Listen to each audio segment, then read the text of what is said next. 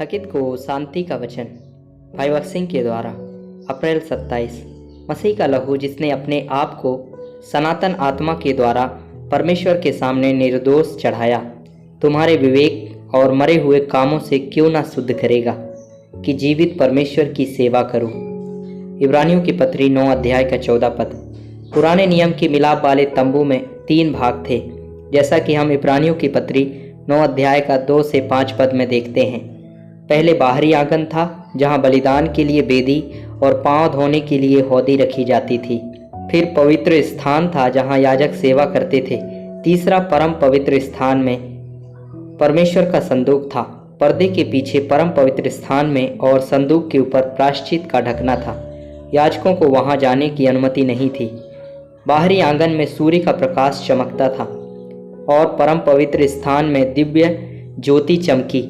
पवित्र स्थान में कोई दरवाजा या खिड़की नहीं थी, लेकिन सोने की दीवट में हमेशा लौ जलती रहती थी, जिसे वहां इस उद्देश्य के लिए रखा जाता था। केवल महायाजक ही वर्ष में एक बार बलिदान के लहू के साथ पर्दे के पीछे जा सकता था। कोई अन्य व्यक्ति वहां नहीं जा सकता था। यहाँ परमेश्वर कह रहा है कि केवल प्रभु यीशु मसीह के बहुमूल्य लहू के प्रभाव से ही व्यक्ति उसकी पवित्र उपस्थिति का आनंद ले सकता है। हमें अपने सभी पापों को क्षमा प्राप्त करना है। प्रत्येक पाप के कारण यीशु मसीह के लहू से धोया और शुद्ध किया जाना है। हम या तो विचार, शब्द या कर्म से चूक जाते हैं, जो हमारे विवेक पर एक छाप छोड़ते हैं। केवल प्रभु यीशु मसीह के सामने अपने पापों को अंगीकार करना और उनका पश्चाताप करना हमें धर्मी नहीं बना सकता है। प्रत्येक पाप जो हम विचार, वचन या कर्म से करते हैं, हमारे विवेक पर एक निशान छोड़ जाता है, और ये निशान या दाग हमारे पश्चाताप या दुख के आंसुओं से नहीं हटाए जा सकते। हमारा विवेक हमें लगातार हमारे पिछले पापों की याद दिलाता है।